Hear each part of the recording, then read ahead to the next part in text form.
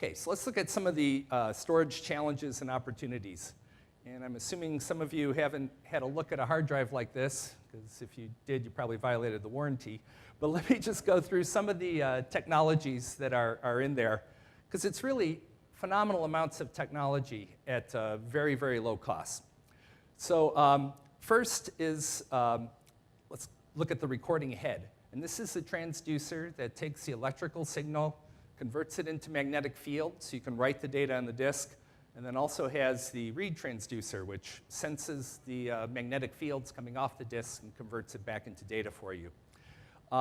So these are made using semiconductor-like processing technologies, lower temperatures. We do more PVD kind of depositions and less diffusions and things like that, but still, advanced photolithographic techniques and the like. And it's an extremely complicated device. We have about 90 mask layers in this device. There's about 100,000 devices that we make on a wafer. Our wafers are a little funky. They're not silicon. They're a kind of ceramic. But again, an incredible amount of technology goes into this device. It's able to write data, and I'll show you in a little bit, sub 100 nanometer kind of track dimensions, and can get the data off the disk at over 2.5 gigabytes per second. The disk also flies amazingly close, or the head flies amazingly close to the disk, and I'll show you that in a little bit. But we're talking about less than nanometers away from the disk. Let's talk about the disk. That's the shiny thing that actually stores the data. Again, a phenomenal surface. It's certainly the smoothest mass-produced surface on Earth. NASA, the U.S. Space Agency, is putting a new telescope into orbit, and the collection device, the mirror on that $20 million, how much ever it is, optical telescope, is about 10 times more rough than the surface of this disk, and we make about 100 million of these a quarter just at Seagate. There's also phenomenal tracking. So you have to be within nanometers positioning of the head on the tracks to be able to get the data out. And there's a lot of electronics involved in this. So there's multiple microprocessors. We have some very complex SoCs and channel technologies. There's also a lot of software. There's about 2 million lines of code on each disk that you get. So you can have all this amazing technology for extremely low cost.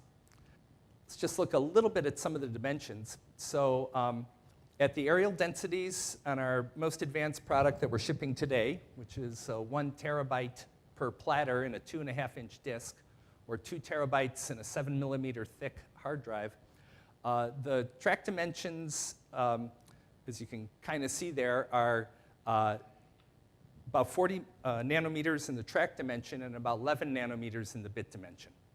So we're able to kind of exceed the photolithographic limit in the linear dimension at 11 nanometers because we're using the gradients of magnetic field to define the data. The track dimension is more defined photolithographically, so that we're in the range of what moderately advanced semiconductors are today. And then the spacing.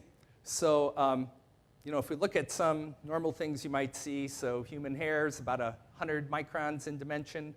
A smoke particle, if you go take a break outside, that's about 6 microns. Smog particle, if you've been to Beijing lately, is about 2.5 microns. But we're flying less than a nanometer above the surface of the disk, and we actually actuate the head down thermally to get within a few angstroms. So again, phenomenal kinds of technologies that are in this extremely low-cost device. And we do have a roadmap going forward. So we're not going to be done. As we work through the Digital India project, there'll be many, many years of technologies. Let's just look at a couple of those real quick.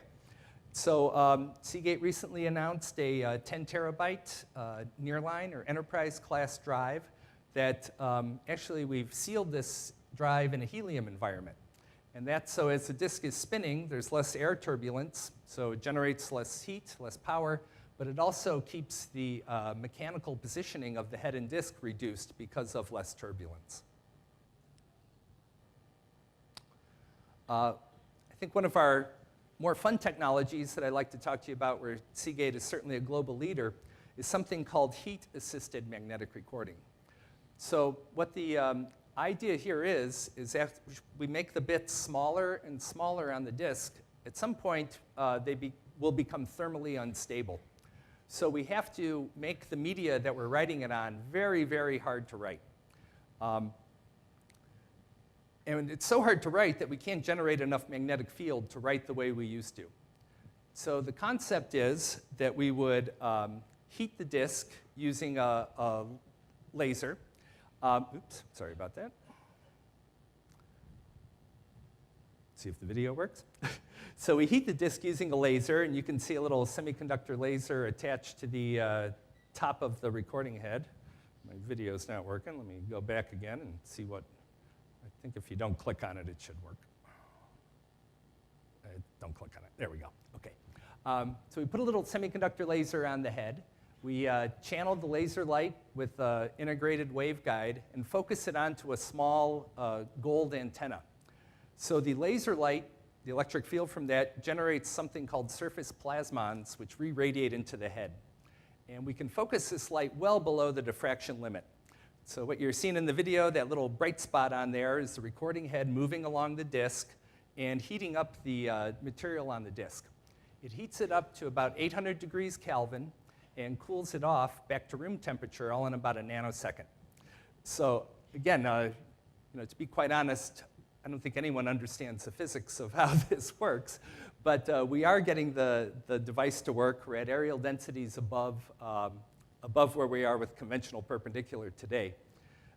Just to give you, again, a little sense of what some of these numbers are like. So that thermal gradient of heating up the material in this very small spot, something on the order of tens of nanometers, and then cooling it off. So heating it up to 800 C, cooling it off to back to room temperature in a nanosecond. That temperature gradient, if you were to take an ice cube, wrap it in a sheet of paper, and put it on the sun, it wouldn't melt with that kind of thermal gradient. So again, just incredible sorts of physical phenomena going on these readily accessible devices.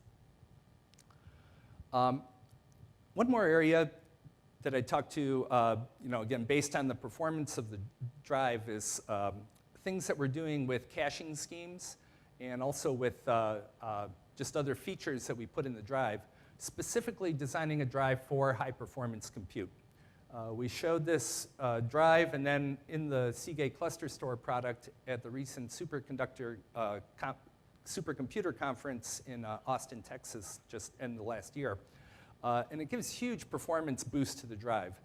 Why this is important is, hard drives, as we say, are low cost but not very fast, whereas SSDs and other solid-state technologies are much higher performance but higher cost. And there's a fairly broad range of performance options in there that we really can't access. So we're specifically trying to design drives and systems that would address this mid-space. Again, trying to address projects like a Digital India that are going to require a huge amount of data to be ingested and read in a very fast way. So I talked about ways that we're increasing areal density, and this was, I'm sure more people here are familiar with solid-state memories. So again, as the solid-state devices have had a roadmap to go from two-dimensional until we scale things where there's we're running out of electrons to count, to three-dimensional, which adds some process technology, but obviously increases the capacity of a chip, to maybe new technologies. There's a progression and a roadmap. And the hard disk drive industry does the same thing, shipping what we call today shingle technology to something called two-dimensional recording, where we look at multiple readers and maybe even multi-dimension codes, and then to the heat-assisted magnetic recording that I just mentioned. So a little bit about Seagate. Seagate's over 35 years old, and we've been really a hard drive company for a lot of that. But through some acquisitions, we've entered more into the flash controller state with an LSI Avago acquisition, and the system state, where we're making racks and delivering those. So again, we're trying to broaden our product portfolio as we see that there are these various applications that I've talked about. We also have a global presence, about 55,000 employees worldwide. Here in India, we have 3 sites, 2 design centers in Pune and Bangalore. So again, Seagate has a global presence and the scale to deliver these kind of solutions. We make about 45 million disk drives a quarter. We take in over 30 million parts a day. And we have been honored by Gartner for various supply chain awards, because this does get pretty complicated with the complexity of the technology and the scale of the business. And as I mentioned, we're really trying to address all the markets, from silicon controllers through storage devices in hard drives and solid state drives, and then through systems and solutions there. So as I mentioned, there's a broad range of portfolios or products that you would need in your portfolio to deliver cost-effective but high-performing solution like Digital India will require. On the high end of that scale, the PCIe accelerator cards are some of the fastest in the world. We have customers ranging from financial institutions to government agencies and other people who need to get data in and out quickly. Those devices are actually designed here in India and tested here. And then going all the way to the other end, archive kind of hard drives. And as I mentioned, there's a broad range of applications in the middle. And this is where we're trying to optimize the performance that's needed in a system to the cost that's required with constrained IT budgets. And you can see we can really address any space that one needs in that range of performance and cost. So just trying to sum up, hopefully you got a sense that there's an amazing amount of technology, plus a huge scale. So delivering, lots of products all over the world. As I mentioned, we were rated the 20 best supply chain company in the world by Gartner. We make a lot of controllers, so 12 million flash controllers, going to, state-of-the-art semiconductor kind of dimensions with leading-edge tolerances and line widths there. Also, the scope of the projects are really complex. It's kind of funny. Drives use 51 elements of the periodic table. My boss is always accusing me of trying to shove more in there, but that's not necessarily what we're trying to do. It's just there are specialized materials that you need. We're going with very advanced and low-cost kind of flash devices, moving from SLC to TLC, and trying to increase the reliability and performance of all those devices. And I think, to deliver something like this, you also need to be fairly innovative. We've been recognized by Thomson Reuters as one of the top 100 global innovators for 3 or 4 years in a row now. We've got over 9,000 patents as a company. And we're really trying to, push the edges on all areas, be it, performance, cost, power, reliability. Wherever there is a market, and I think what I was trying to motivate was there's markets in all these areas. We do research and innovate in all these different spaces. Oops. So to sum up, I hope you got a sense that data is really being generated at huge rates.